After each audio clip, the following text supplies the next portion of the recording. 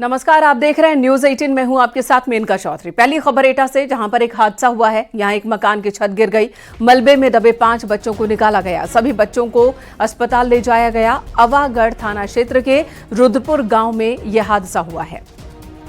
एक मकान की छत गिर गई है, जिसकी चपेट में कई बच्चे आ गए। 5 बच्चों को निकाला गया है, सभी को अस्पताल ले जाया गया है। एटा से ये खबर, जहां पर मकान की छत गिरी और हादसे में 5 बच्चे जख्मी हो गए हैं।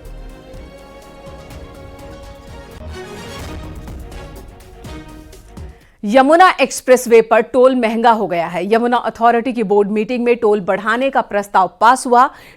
टोल की दरें करीब 4% तक बढ़ा दी गई हैं। 1 अक्टूबर से बढ़ी हुई दरें लागू हो जाएंगी, जिसके बाद 1 अक्टूबर से ग्रेटर नोएडा से आगरा तक कार का टोल टैक्स 270 की बजाय 295 रुपए होगा। वहीं बसों का टोल टैक्स 895 रुपए से बढ़ाकर 935 रुपए और ओवर साइज वाहनों का 1760 से बढ़ाकर 1835 रुपए हो गया है। यमुना एक्सप्रेसवे दिल्ली को आगरा से जोड़ता है और 165 किलोमीटर लंबा 6 लेन वाला एक्सप्रेसवे मथुरा और अलीगढ़ से होकर गुजरता है। तो 2.5 साल से नहीं बढ़ा था, तो जो 22-23 की जो दरें थी वही दरें हमने लागू कर दी हैं। और साथ ही साथ ये टोल में वृद्धि जो है लगभग 4 से 5% की गई है। यह इसलिए करना जरूरी था ताकि रेजोल्यूशन प्लान लागू हो सके। इधर गाजियाबाद पुलिस ने देह व्यापार की शिकायत के बाद होटल्स में छापेमारी की और इस दौरान कई लड़के लड़कियों को आपत्तिजनक स्थिति में पाया गया। मामला घंटाघर कोतवाली क्षेत्र के बजरिया इलाके का है। पकड़े गए लड़के लड़कियों को गिरफ्तार किया गया है। इस मामले में पुलिस होटल के मालिकों पर भी कार्रवाई करने की तैयारी में है। जो कपल हैं वो आपत्तिजनक हालत में पाए गए हैं और इनमें से जो है 18 लोग हैं, 9 पुरुष हैं, 9 महिला हैं। 9 महिलाओं को रेस्क्यू किया गया है और जो 9 अभियुक्त इसमें सम्मिलित हैं उनको तत्काल हिरासत में लेके अभी थाने भेज दिया गया है। बाकी पूरी इस प्रकरण की उसकी जाँच की जा रही है। आगे की वैधानिक कार्रवाई। देह व्यापार का मामला बताया जा रहा है। महिलाएं कहाँ की है? ये महिलाएं भी यहीं मतलब गाजियाबाद की ही हैं। इसमें अधिकतर महिलाएं, बाकी पूरी अभी जांच की जा रही है कि ये कहाँ से इनकी पूरी डिटेल निकाली जा रही है। बुलंदशहर के सिकंदराबाद में अवैध रूप से चलाई जा रही पटाखा फैक्ट्री पकड़ी गई। पुलिस ने छापेमारी कर अवैध पटाखा फैक्ट्री को सील किया है। मौके से तकरीबन 20 लाख रुपए का बारूद बरामद किया गया। पटाखा फैक्ट्री में अवैध रूप से केमिकल लैब भी चलाई जा रही थी। पुलिस ने 4 महिलाओं समेत 14 लोगों को गिरफ्तार किया, जबकि फैक्ट्री का मालिक फरार है।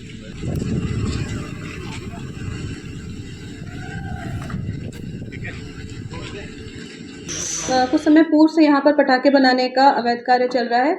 इस सूचना को डेवलप करते हुए पुलिस ने छापेमारी की है, जिसमें लगभग 20 लाख रुपए के पटाखे बरामद किए गए हैं, अनुमानित जो मूल्य है, एवं 70 पेटी पैक्ड, 30 क्रेट अनपैक्ड पटाखे। जो रॉ मटेरियल है वो रसायन एवं पटाखे बनाने के उपकरण बरामद किए गए हैं। 14 व्यक्ति हम लोगों ने गिरफ्तार किए हैं, जिसमें से 4 महिलाएं शामिल हैं। इधर बागपत में बच्ची से रेप की कोशिश के आरोपी को पुलिस ने गिरफ्तार किया। सीसीटीवी और सर्विलांस की मदद से पुलिस ने आरोपी को गिरफ्तार किया है। आरोपी हापुड़ का रहने वाला है। घटना के 3 दिन पहले की यह घटना है। अब इसकी गिरफ्तारी हुई है। ये बच्ची को गलत नियत से अपने साथ ले गया था। दुष्कर्म की कोशिश इसने की। बंदरों की लड़ाई के चलते आरोपी को मौके से भागना पड़ा था और बच्ची बच गई।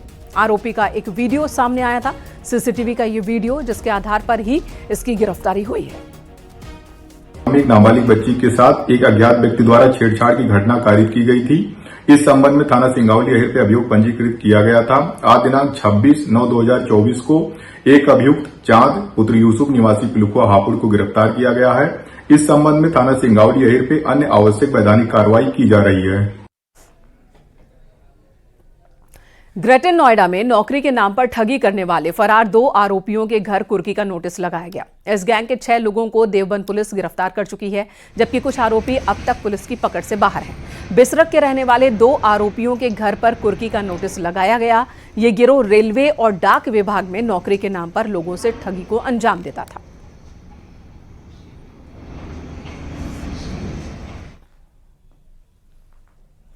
कुशीनगर में पुलिस और गुफरान गैंग के पशु तस्करों के बीच एनकाउंटर हुआ, जिसके बाद पुलिस ने 2 तस्करों को गिरफ्तार किया। एनकाउंटर के दौरान एक तस्कर के पैर में गोली लगी है, जो वो जख्मी हो गया। पकड़े गए तस्करों की पहचान नदीम और समीर के रूप में हुई है। इनके कब्जे से 8 गोवंश भी बरामद किए गए। पठेरवा के महुआ काटा के पास एनकाउंटर हुआ।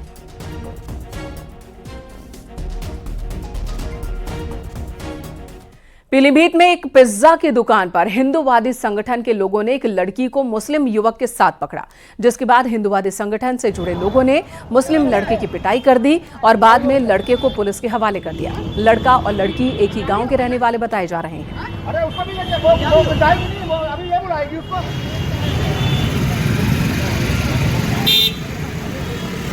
ये जितने भी फूड हंट, हेलो फूड, जितने भी ये तुम्हारे पिज्जा हाउस, हट हाउस बने हुए हैं, यहाँ पे स्कूल टाइम 10 बजे के टाइम से लेकर छुट्टी के टाइम पे अगर आप यहाँ पे पुलिस छापा मारे तो लड़का लड़की मतलब हर समय मिलेंगे। माँ बाप उनको पढ़ने के लिए भेजते हैं, लेकिन बिटिया जाती हैं वहाँ पे इलू करने के लिए। अब हम बजरंग दल के लोग इस मुहिम पे निकल पड़े हैं। मुझे हर पिज्जा हट, हर हेलो फूड पे छापा मारना है और लड़का लड़की पकड़ना है। द मेरठ में एक्स बॉयफ्रेंड की करतूत से परेशान एक लड़की ने पुलिस से सुरक्षा की गुहार लगाई है। आरोप है कि प्रेम प्रसंग के दौरान आरोपी ने कुछ वीडियो बना रखे हैं। वीडियो वायरल करने की धमकी देता है और आरोपी शादी नहीं करने दे रहा है उसे। शादी से पहले उसका रिश्ता तोड़वा देता है और जान से मारने की धमकी भी दे रहा है। पिता के साथ एसएसपी ऑफिस पहुंचकर पीड़िता ने एक्स बॉयफ्रेंड से सुरक्षा की मांग की है। लड़की ने धमकी देने का ऑडियो भी पुलिस को सौंपा। पीड़ित लड़की किठौर इलाके की रहने वाली है। पुलिस मामले की जांच कर रही है। ये कादिर नाम का शख्स है, बराबर में दबंग शख्स है। वो परसों में घर से निकला अपनी बेटी को लेकर, तो उसने पीछा करा 4 किलोमीटर मेरी गाड़ी का भी। और अगर थाने में जाते तो थाने के चारों ओर भी जो है ना वीडियो वायरल करने की धमकी दे रहा है। और मैंने अपनी बेटी का रिश्ता कर दिया था, तो वहाँ जाए उसको भी धमकी दी। इधर बहराइच में बुधवार को हुए बुलडोजर एक्शन पर स्थानीय लोगों ने पक्षपात के आरोप लगाए हैं और कलेक्ट्रेट पहुंचकर प्रदर्शन किया और इनका कहना है कि इंसाफ चाहिए हमें। लोगों ने प्रशासन की कार्रवाई पर सवाल उठाए। दरअसल बहराइच के कैसरगंज में कल सराय जगना में बुलडोजर एक्शन हुआ था, जिसमें कई घरों और दुकानों को तोड़ा गया था, जो सरकारी जमीन पर अवैध तरीके से निर्माण किए गए थे।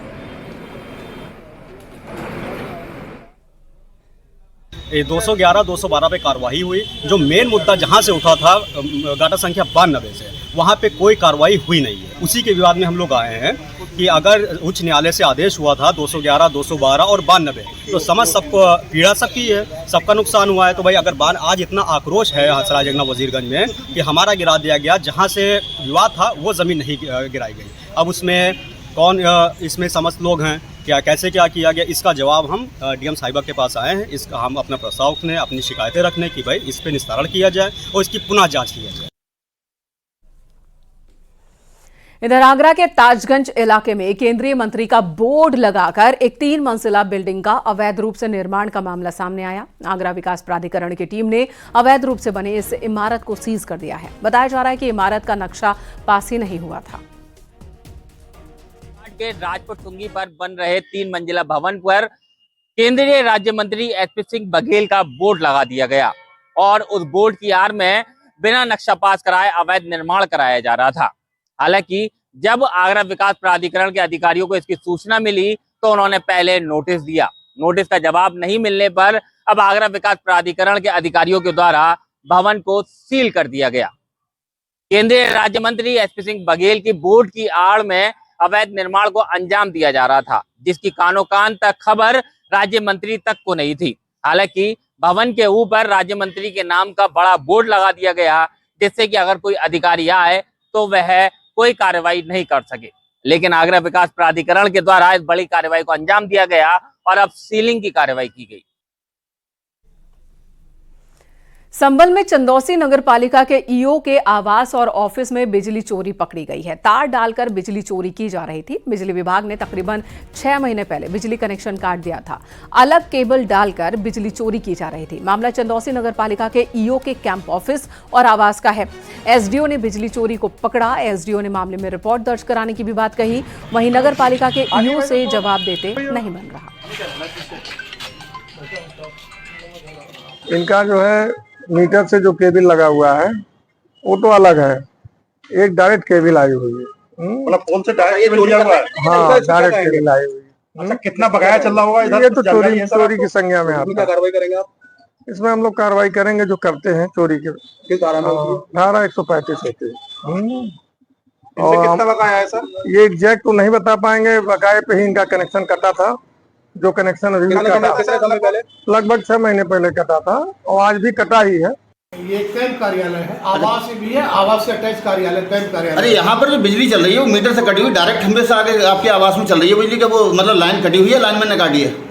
वो तो हम देख लेते हैं, भी तो हमको चंद दिनों आए हुआ है। नहीं, आपको तो कई दिन हो गए आए हुए। बिजली भी यूज कर रहे हैं आप, सब फ्रिज भी चल रही है, एसी भी चल रही है, सारी यूज कर रहे हैं। तो यूज तो हो रहा है, बिल्कुल हो रहा है। यहाँ ऑफिस का भी काम होता है, हम भी अब हमारा आवास है, ये तो यूज होता है। अभी हम उसको पता करा ले रहे हैं। तो आपके आवास पे बाहर जो मीटर तो बंद पड़ा है उसके तार कटे हुए हैं, डायरेक्ट खंबे से लाइन आ रही है। ठीक है, तो हम दिखवा ले रहे हैं उसको, जो है जब हम विद्युत विभाग से संपर्क करके पता कर लेंगे। अगर चोरी है तो क्या उस पर जाँच कराएंगे क्या, किसके द्वारा चोरी की जा रही है? पता करा लेंगे, जो है देख लेते हैं। आगरा पुलिस ने ऑटो लिफ्टर गैंग का पर्दाफाश किया। पुलिस ने चोरी के 2 आरोपियों को गिरफ्तार किया। आरोपियों की निशानदेही पर चोरी के 10 टू व्हीलर बरामद किए गए हैं। मुखबिर की सूचना पर थाना हरिपर्वत पुलिस ने यह कार्रवाई की। पुलिस पूछताछ में आरोपियों ने बताया कि महंगे शौक पूरे करने के लिए वो चोरी करता था। राजस्थान के 2 लड़कों की मदद से राजस्थान में भी चोरी की उसने कई गाड़ियों को बेच दिया है वहां पर। 9 बाइकें व एक स्कूटी बरामद की गई है।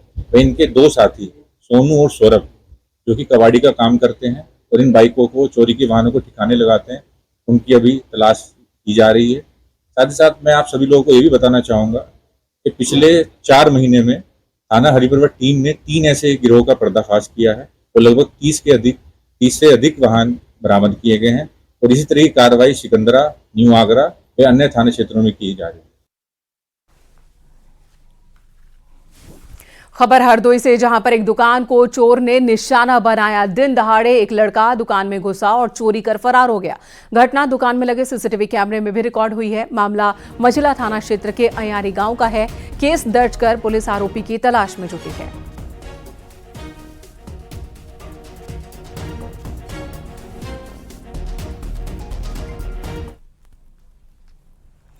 मेरठ में घर में घुसकर मारपीट का एक मामला सामने आया। महिलाओं और बच्चों के साथ मारपीट हुई है। घटना से जुड़ा वीडियो सोशल मीडिया पर वायरल हो रहा है। मामला थाना हस्तिनापुर क्षेत्र के सैफपुर गांव का है। घर के बाहर शौच करने पर मकान मालिक के ऐतराज जताने पर विवाद की शुरुआत हुई। मारपीट में घायल हुए लोगों का इलाज चल रहा है। पीड़ित पक्ष ने एसएसपी से इंसाफ की गुहार लगाई है। एसएसपी से शिकायत के बाद पुलिस ने केस दर्ज कर 3 आरोपियों को गिरफ्तार किया है। पड़ोसियों से हुआ था जी। किस बात को लेकर झगड़ा हुआ था? उसे पेशाब करने के लिए घर के सामने जी मना करा था जी। अच्छा। उन्होंने आके घर में है ना हमारे साथ मारपीट करी जी। कितने लोग थे? लोग थे जी वो कम से कम 12-13 जी। कोई घटना की वीडियो भी है? घटना की वीडियो है जी। मारपीट करते दिखाई दे रहे हैं? जी सर। किससे मिले हो? अंदर एसएसपी साहब से मिले हैं जी। थाना कौन सा लग रहा है? थाना जी हस्तिनापुर जी। कुछ कार्रवाई हुई? कार्रवाई जी अभी तक तो कुछ नहीं। यहाँ साहब ने है ना आश्वासन कि तुम्हारी कार्रवाई जल्द से जल्द होगी जी। उधर बलिया में सुबह से हो रही बारिश में रेलवे स्टेशन के गुंबद का छज्जा गिर गया।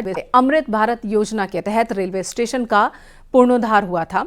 छज्जा गिरने की सूचना पर रेलवे के अधिकारी मौके पर पहुंचे और निर्माण कार्य की क्वालिटी की जांच की अब बात कह रहे हैं।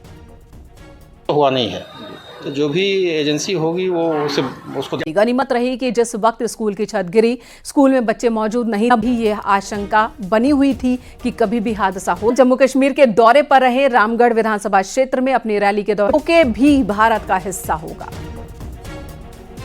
कश्मीर भी फिर कश्मीर का ही पार्ट होने वाला है, जम्मू कश्मीर का ही भाग पाए। उनको अपने लोकतंत्र को बचाने के लिए मशक्कत करनी पड़ रही है।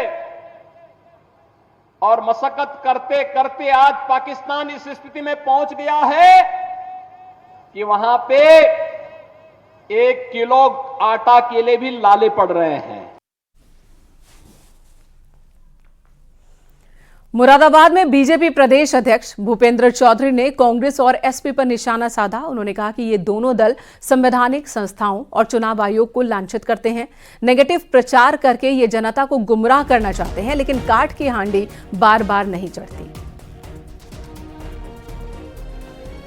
पार्टी और कांग्रेस पार्टी चुनावों को लेकर जिस प्रकार से हमारी संवैधानिक संस्थाओं को, चुनाव आयोग को, सरकारी मिशनरों को लांछित करने का काम करती रही है, तो ये एक एजेंडा है उनका और जनता के बीच में उनकी कोई उपस्थिति नहीं है।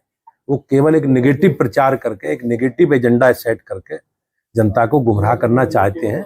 लेकिन उपचुनावों को लेकर भी और जो भी चुनाव होंगे उनका एक एजेंडा सेट है, नेगेटिव एजेंडा, लेकिन काट की हांडी बार बार नहीं चढ़ती। प्रदेश और देश की जनता सब जानती है। इधर डिप्टी सीएम केशव प्रसाद मौर्य ने मैनपुरी की करहल विधानसभा क्षेत्र में कई कार्यक्रमों में हिस्सा लिया। गरीब आवासों के लाभार्थियों को चाबी और लखपति दीदी के प्रमाण पत्र सौंपे गए। इस मौके पर उन्होंने एसपी और कांग्रेस पर तीखा प्रहार किया। ट्रांसफर को लेकर जवाब देते हुए उन्होंने कहा कि सारे अवगुणों से पूर्ण कोई पार्टी है तो वो समाजवादी पार्टी है। क्लियर करो।